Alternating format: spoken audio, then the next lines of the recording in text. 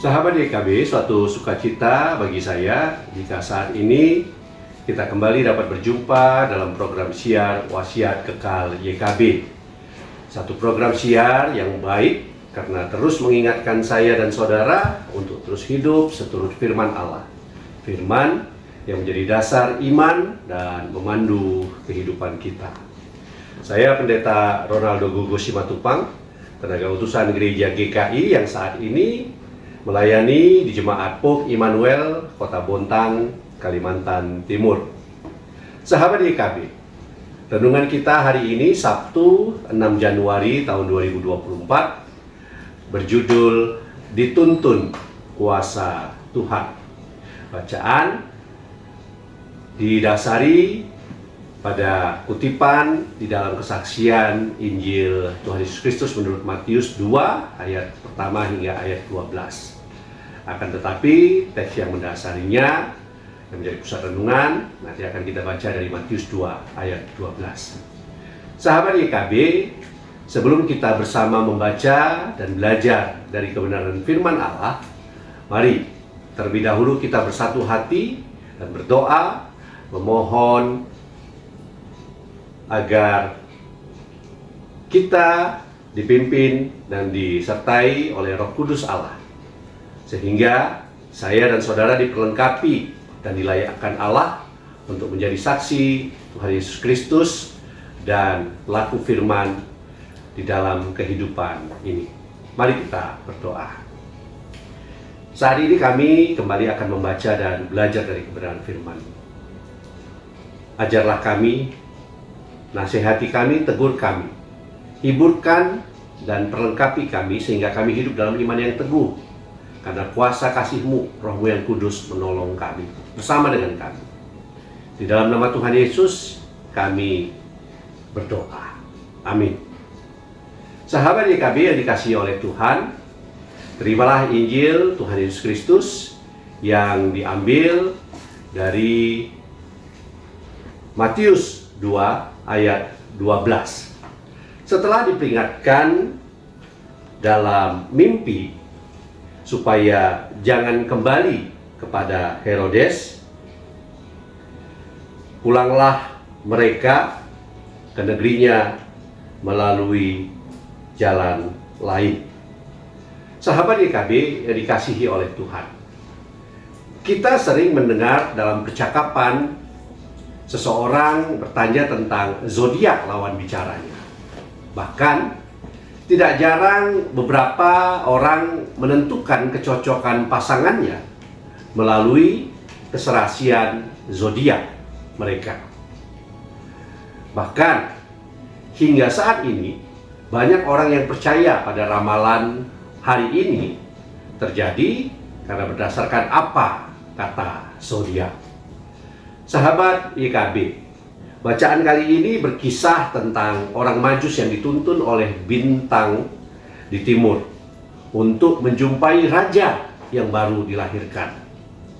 Dalam tradisi Kristen, orang Majus disebut orang bijak atau raja-raja dari timur yang mengenal dan menguasai ilmu astrologi dan astronomi, yaitu mereka yang mengerti, dapat menerjemahkan kenyataan dan dapat memaknai keberadaan manusia melalui posisi ataupun konstelasi ataupun gerak dari benda-benda langit. Dan salah satu posisi dan konstelasi benda langit yang dibaca dan diikuti oleh para Majus adalah bintang yang terang yang menuntun mereka hingga mereka tiba sampai di Bethlehem. Di sini Allah menuntun mereka dengan apa yang mereka percayai. Namun, setelah mereka berjumpa dengan bayi Yesus, maka perjumpaan dengan bayi Yesus itu memberikan mereka sebuah pelajaran akan tuntunan kuasa ilahi. Nah, melalui mimpi, lalu mereka mentaati juga perintah Allah supaya mereka tidak kembali kepada Herodes. Lalu mereka pulang ke negerinya melalui jalan yang lain. Sahabat YKB, para Majusi mendapatkan apa yang mereka dambakan dan cari. Ilmu dan kepakarannya tidak menghalangi mereka untuk sujud di hadapan bayi kecil dan lembut, karena mereka bersedia menundukkan diri mereka di hadapan Yesus. Ketika mereka dituntun Tuhan dalam perjalanan selanjutnya, mereka pun pulang berdasarkan petunjuk Allah yang tidak lagi berdasarkan pengetahuan, pengalaman, atau kepintaran mereka untuk membaca konstelasi benda-benda langit. Karena itu, apa pelajaran berharga bagi kita yang dapat kita refleksikan? Mari, saya dan saudara tentunya juga mau dituntun oleh kuasa Tuhan dan hidup bukan berdasarkan ramalan zodiak ataupun ramalan-ramalan yang lain, tetapi kita mau mendengarkan Tuhan yang menuntun hidup kita melalui firman Tuhan, melalui khotbah, pengajaran, melalui setiap hal yang kita dapati di dalam kehidupan ini berdasarkan hikmat dan firman Tuhan, sehingga saya dan saudara dapat menemukan kehidupan yang sejati. Mari kita berdoa. Sama seperti para Majus yang bersedia untuk Engkau tuntun, awalnya di dalam pengetahuan, tetapi selanjutnya mereka memaknai berjumpa dengan kebenaran ilahi yang menuntun mereka.